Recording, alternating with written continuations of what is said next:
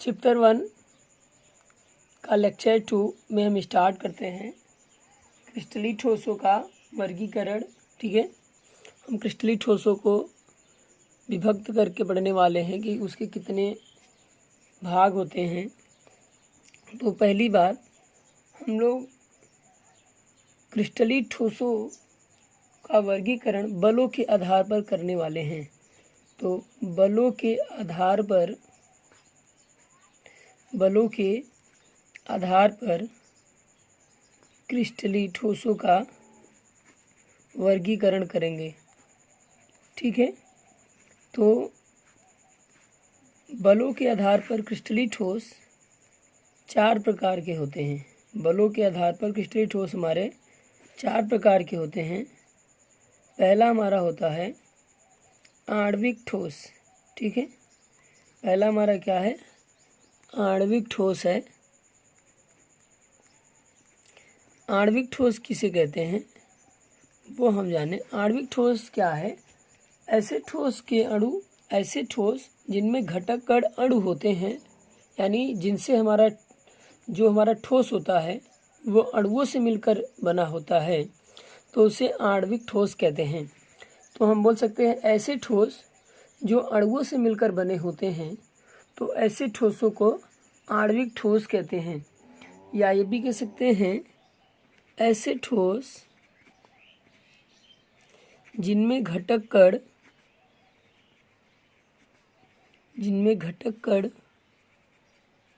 अणु होते हैं,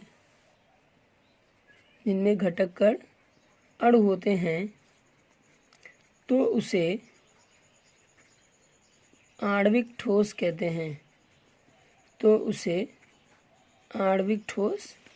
कहते हैं। ठीक है, आणविक ठोस 3 प्रकार का होता है। पहला ध्रुवीय आणविक ठोस,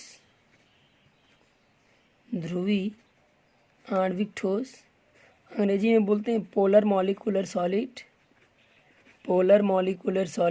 ठीक है, पोलर मॉलिक्यूलर सॉलिड क्या होती है?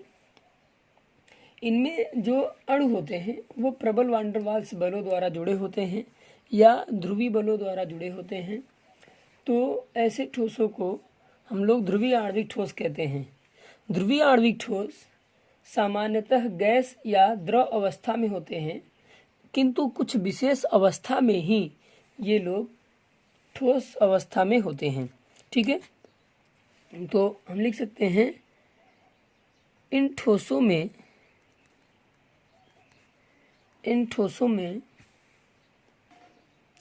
घटक कण प्रबल वान डेर वाल्स बल या ध्रुवीय बलों द्वारा जुड़े होते हैं, तो उसे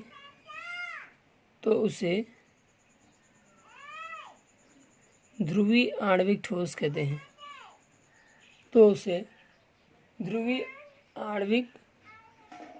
ठोस कहते हैं। ठीक है, तो उसे हम लोग ध्रुवीय आणविक ठोस कहते हैं। ये ठोस सामान्यतः गैस या द्रव अवस्था में होते हैं। ये ठोस सामान्यतः गैस या द्रव अवस्था में होते हैं। ठीक है, किंतु कुछ विशेष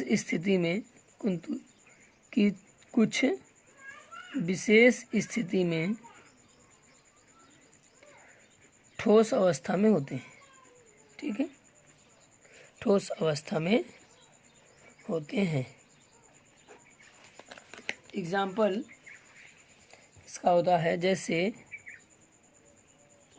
SO2, HCl, NaS3, ये हमारे क्या हैं इसके एग्जाम्पल्स हैं। अगला हेडिंग है हमारा अध्रुवी आणविक ठोस, अध्रुवी आणविक ठोस, नॉन पोलर मॉलिक्यूलर सॉलिड। इसमें जो होता है, इन ठोस में घटक कणों के बीच दुर्बल वान डेर वाल्स बल कार्य करता है या अध्रुवी बल कार्य करते हैं। तो ऐसे ठोसों को हम लोग क्या कहते हैं? अध्रुवी आणविक ठोस कहते हैं। तो बोल सकते हैं इन ठोसों में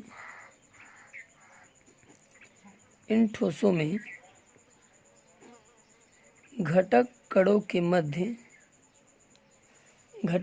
के मध्य दुर्बल वान डेर वाल्स बल या अध्रुवी बल कार्य करता है तो उसे अध्रुवी आणविक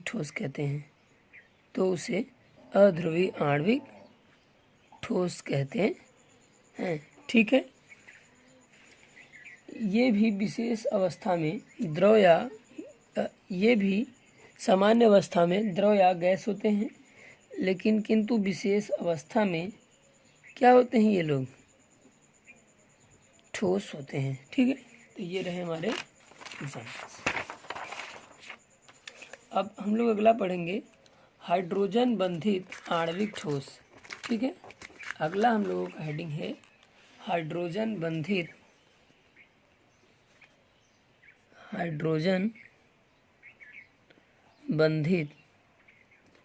आणविक ठोस। हाइड्रोजन बंधित आणविक ठोस क्या है? इनमें घटक कणों के बीच हाइड्रोजन बंध कार्य करता है। ठीक है, और हाइड्रोजन बंध उन्हीं अणुओं के बीच कार्य करता है जब हाइड्रोजन का परमाणु अधिक विद्युदात्मकता वाले परमाणु के साथ जुड़ा होता है। तो हम लोग बोल सकते हैं कि ऐसे ठोस जिनमें घटक कणों के बीच हाइड्रोजन बंध कार्य करता है, घटक कणों के बीच हाइड्रोजन बंध कार्य करता है, तो ऐसे ठोसों को हाइड्रोजन बंधित आणविक ठोस कहते हैं। तो ऐसे ठोसों को हाइड्रोजन बंधित आणविक ठोस कहते हैं। ठीक है, तो हाइड्रोजन बंधित आणविक ठोस क्या है? जैसे आपका हो गया HF हो गया, H2O हो गया, अमोनिया हो गया आदि, ये सब हमारे क्या हैं? हाइड्रोजन बंधित आणविक ठोस हैं। ठीक, अगला हम लोग पढ़ने वाले हैं आयनिक ठोस।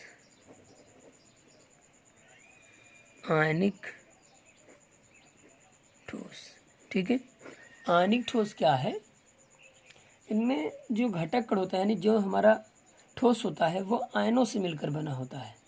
हम लोग बोल सकते हैं ऐसे ठोस जो आयनों से मिलकर बने होते हैं, ऐसे ठोस जो आयनों से मिलकर बने होते हैं, आयनों से मिलकर बने होते हैं, तो उसे आयनिक या विद्युत संयोजी ठोस कहते हैं। ठीक है, आयनिक या विद्युत संयोजी ठोस कहते हैं। या हम लोग ये भी लिख सकते हैं कि ऐसे ठोस जिनमें घटक कणों के बीच, यानी जिनसे वो मिलकर बना है, उनके बीच विद्युत संयोजी बंध कार्य करता है, तो ऐसे ठोसों को आयनिक ठोस कहते हैं। ठीक है, इसका एग्जाम्पल आपका हो गया NaCl, KCl, NaNO3, KNO3, ये सब हमारे क्या हैं? आयनिक ठोस के एग्जाम्पल हैं। अगला हमारा है धात्विक ठोस, मेटॉलिक सॉलिड। धात्विक ठोस क्या है?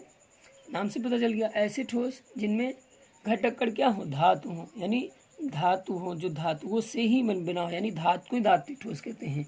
लोग बोल सकते हैं वे ठोस जिनमें घटक कण वे ठोस जिनमें घटक कण धातु होते हैं तो उसे धात्विक ठोस कहते हैं।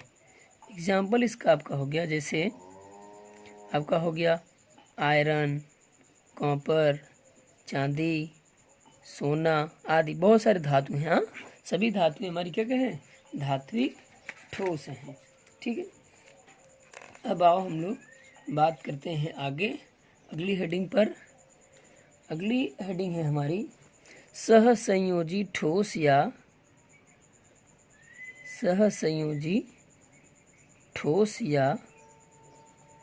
नेटवर्किंग ठोस। सहसंयोजी ठोस या नेटवर्किंग ठोस। ठीक है, सहसंयोजी ठोस या नेटवर्किंग ठोस। सहसंयोजी ठोस क्या होता है, इनमें घटक कणों के बीच सहसंयोजी बंध कार्य करता है, यानी परमाणुओं के बीच इलेक्ट्रॉनों का साझा होता है। तो ऐसे ठोसों को हम लोग क्या कहते हैं, सहसंयोजी ठोस कहते हैं या नेटवर्किंग ठोस कहते हैं। तो हम लोग बोल सकते हैं कि ऐसे ठोस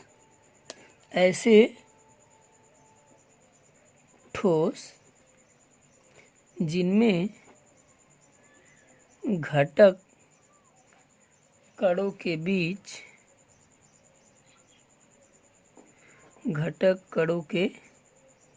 बीच सहसंयोजी बंध कार्य करता है, सहसंयोजी बंध कार्य करता है, तो उसे सहसंयोजी ठोस या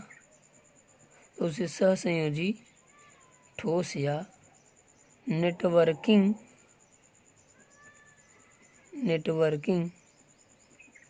ठोस कहते हैं। ठीक है, इसका एग्जाम्पल्स हमारा हो गया ग्रेफाइट, हो गया हीरा, हो गया आदि सहसंयोजी ठोस के क्या हैं, एग्जाम्पल्स हैं। ठीक है, तो हम लोग सहसंयोजी ठोस के एग्जाम्पल से लिख सकते हैं, जैसे ग्रेफाइट, हीरा आदि हमारे क्या हैं, जैसे एग्जाम्पल्स क्या हो गया, ग्रेफाइट, हीरा, हमारे ये सब सहसंयोजी ठोस के एग्जाम्पल्स हैं। ठीक है, हम लोग पढ़ने वाले हैं क्रिस्टल निकाय। ठीक है, तो सबसे पहले हम समझे क्रिस्टल क्या है। किसी ठोस का एक भाग क्रिस्टल या क्रिस्टल निकाय कहलाता है। ठीक है, किसी ठोस का एक भाग यानी जो जिससे मिलकर वो किसी छोटे छोटे एक भाग से मिलकर बना है, जिन भागों से मिलकर बना है उन भागों को हम लोग क्रिस्टल या क्रिस्टल निकाय कहते हैं। तो हम लोग बोल सकते हैं किसी ठोस पदार्थ का एक भाग, ठीक है, किसी ठोस पदार्थ का एक भाग क्रिस्टल या क्रिस्टल निकाय कहलाता है। क्रिस्टल या क्रिस्टल निकाय कहलाता है। ठीक है, अब देखो जितने भी हमारे ठोस होते हैं वो क्या होते हैं, वो क्यूब के आकार के होते हैं। ठीक है, किसके आकार के होते हैं, क्यूब के आकार के होते हैं। तो हम एक ये क्यूब बना दे रहे हैं, हम आपको इसमें क्रिस्टल के सभी निकायों को बताने वाले हैं। ठीक है, तो देखो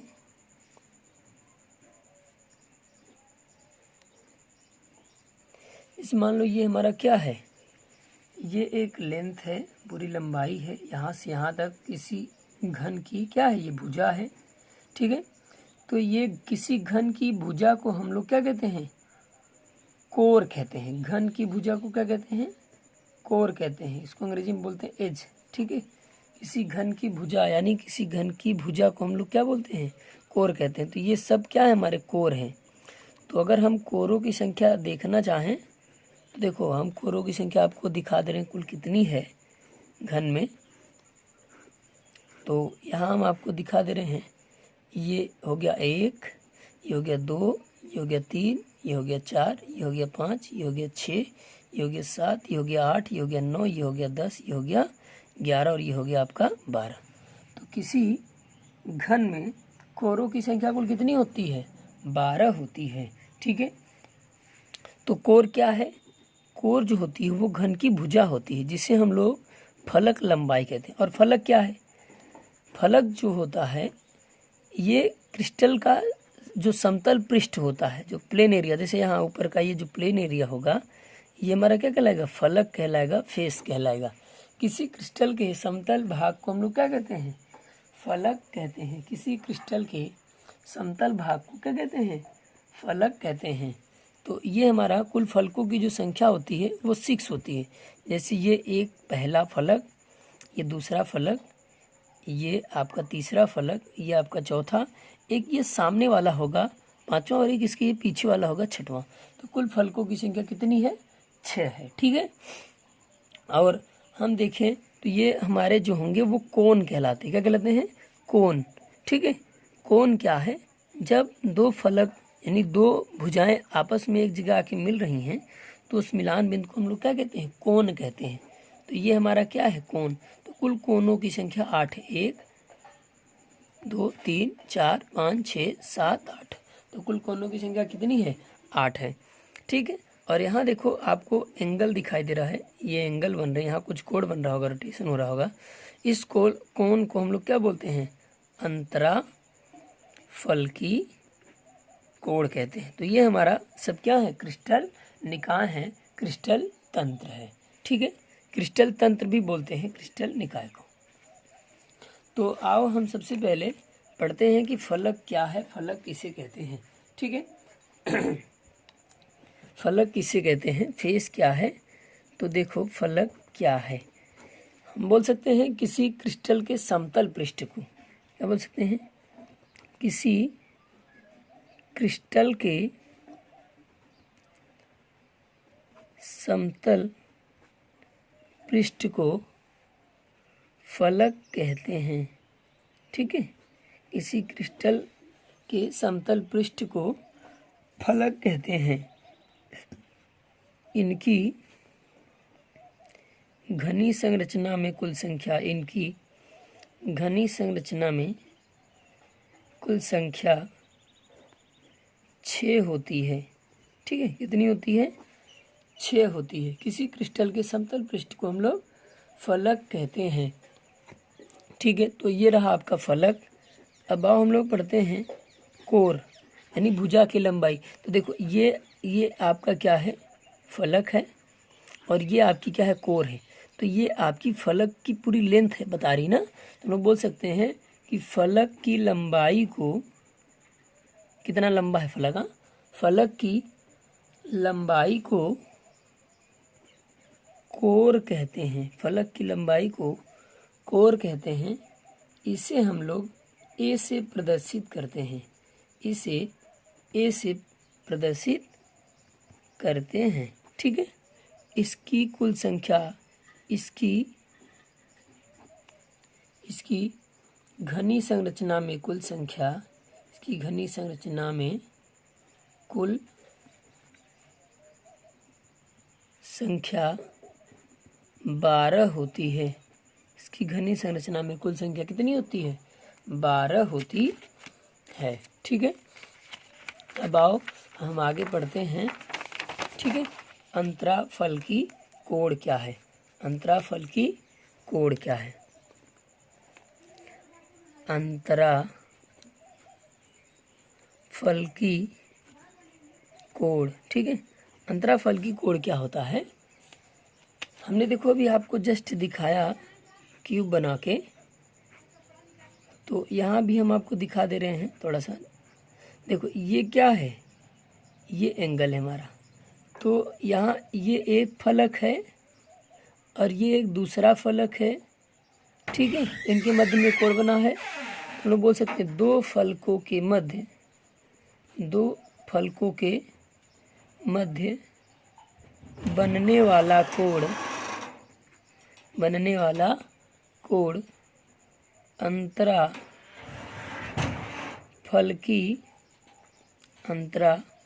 फलकी कोण कहलाता है। ठीक है, दो फलकों के मध्य बनने वाला कोण अंतराफलकी कोण कहलाता है। ठीक है, इसे अल्फा बीटा तथा गामा से प्रदर्शित करते हैं। इसे अल्फा बीटा तथा गामा से प्रदर्शित करते हैं। ठीक है, चलो तो इतना हो गया हमारा क्रिस्टल निकाय, क्रिस्टल तंत्र तथा क्रिस्टल निकाय। ठीक है, अब हम लोग पढ़ेंगे भुजा तथा कोणों के आधार पर, भुजा तथा कोणों के आधार पर क्रिस्टली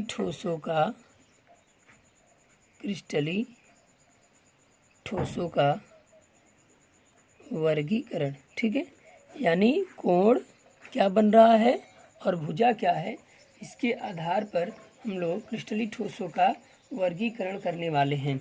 ठीक है, भुजा और कोणों के आधार पर क्रिस्टली ठोस 7 प्रकार के होते हैं। ठीक है, क्रिस्टली ठोस कितने प्रकार के होते हैं? 7 प्रकार के होते हैं। ठीक है, किसके बेस पर भैया? भुजा तथा कोणों के आधार पर क्रिस्टली ठोस हमारे 7 प्रकार के होते हैं। पहला होता है हमारा घनी ठोस, क्यूबिक सॉलिड। ठीक है, घनी ठोस। तो देखो, ऐसा क्रिस्टल जिसकी तीनों भुजाएं बराबर और तीनों अंतराफलकी कोण 90 अंश के बराबर होता है, तो ऐसे ठोस को हम लोग क्या कहते हैं? घनी ठोस कहते हैं। ठीक है, घनी ठोस क्या है? ऐसा क्रिस्टल जिसकी तीनों भुजाएं ए बराबर बी बराबर सी, हम मान लो भुजा मान ले रहे हैं ए बी सी ना, तीनों भुजा क्या हो? बराबर हो, सभी भुजाएं बराबर हों और सभी अंतराफलकी कोण 90 अंश का हो, तो ऐसे क्रिस्टल को हम लोग क्या कहते हैं? घनी क्रिस्टल कहते हैं, घनी ठोस कहते हैं। तो देखो, हम लोग मोनोक्लिनिक क्या है? मोनोक्लिनिक में सभी भुजाएं असमान होती हैं, यानी कोई भुजा बराबर नहीं होगा, लेकिन अल्फा और गामा जो होंगे वो 90 डिग्री के होंगे और बीटा जो कोण होगा वो 90 डिग्री का कोण नहीं होगा, यानी 2 कोण 90 अंश का होगा, तीसरा कोण क्या हो जाएगा? भिन्न हो जाएगा। ठीक है, तो हम बोलेंगे क्या? एक अंताक्ष के लिए ऐसा क्रिस्टल जिसकी तीनों भुजाएं असमान, 2 कोण 90 अंश, तीसरा कोण क्या हो? भिन्न हो, तो उसे हम लोग क्या कहते हैं? मोनोक्लिनिक्स कहते हैं। ठीक है, मोनोक्लिनिक कहते हैं। ठीक है, आओ हम अगला पढ़ेंगे। ठीक है, त्रिनताक्ष, ट्राइक्लिनिक। क्या पढ़ेंगे? त्रिनताक्ष। ठीक है, ट्राइक्लिनिक में क्या होता है? इसमें सभी भुजाएं, ठीक है, सभी भुजाएं और सभी अंतराफलकी कोण 90 अंश के बराबर नहीं होते हैं। ठीक है, सभी भुजाएं और सभी अंतराफलकी कोण 90 अंश के बराबर नहीं होते हैं, तो उसे हम लोग त्रिनताक्ष कहते हैं, ट्राइक्लिनिक कहते हैं।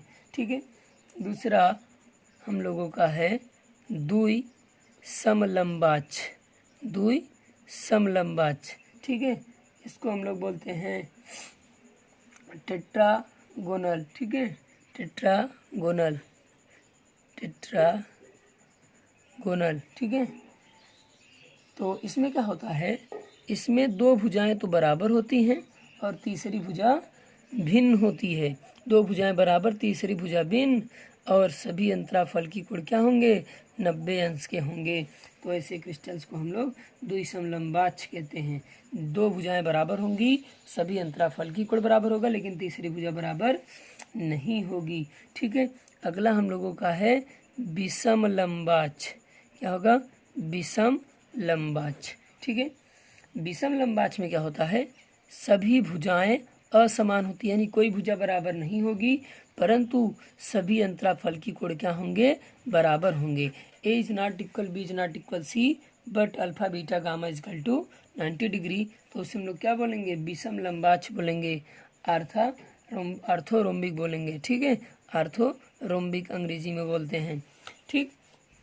और उसके आगे हम लोग पढ़ेंगे षटकोणी, ठीक है, क्या पढ़ेंगे, षटकोणी, इसको बोलते हैं हेक्सागोनल, ठीक है, क्या बोलते हैं, हेक्सागोनल। तो हेक्सागोनल क्या है, हेक्सागोनल में हमारा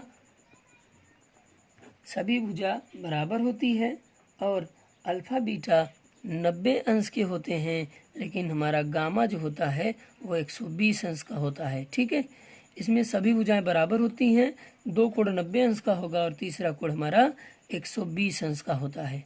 कितने का होता है भैया, 120 अंश का होता है, ठीक है। तो ऐसे क्रिस्टल को हम लोग षटकोणी कहते हैं, ठीक है। ये आपका वो हो गया, क्या बोलते हैं,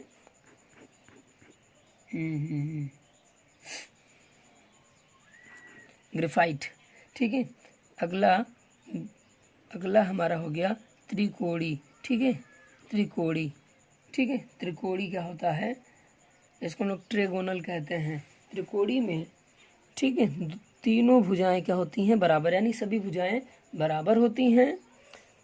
तो alpha beta gamma is not equal 90 degree, यानी अल्फा बीटा गामा जो होते हैं वो 90 अंश से कम होते हैं, 90 अंश से छोटे होते हैं। तो ऐसे क्रिस्टल्स को हम लोग क्या बोलते हैं, त्रिकोणी कहते हैं। ऐसे क्रिस्टल्स को हम लोग क्या कहते हैं, त्रिकोणी कहते हैं, ठीक है।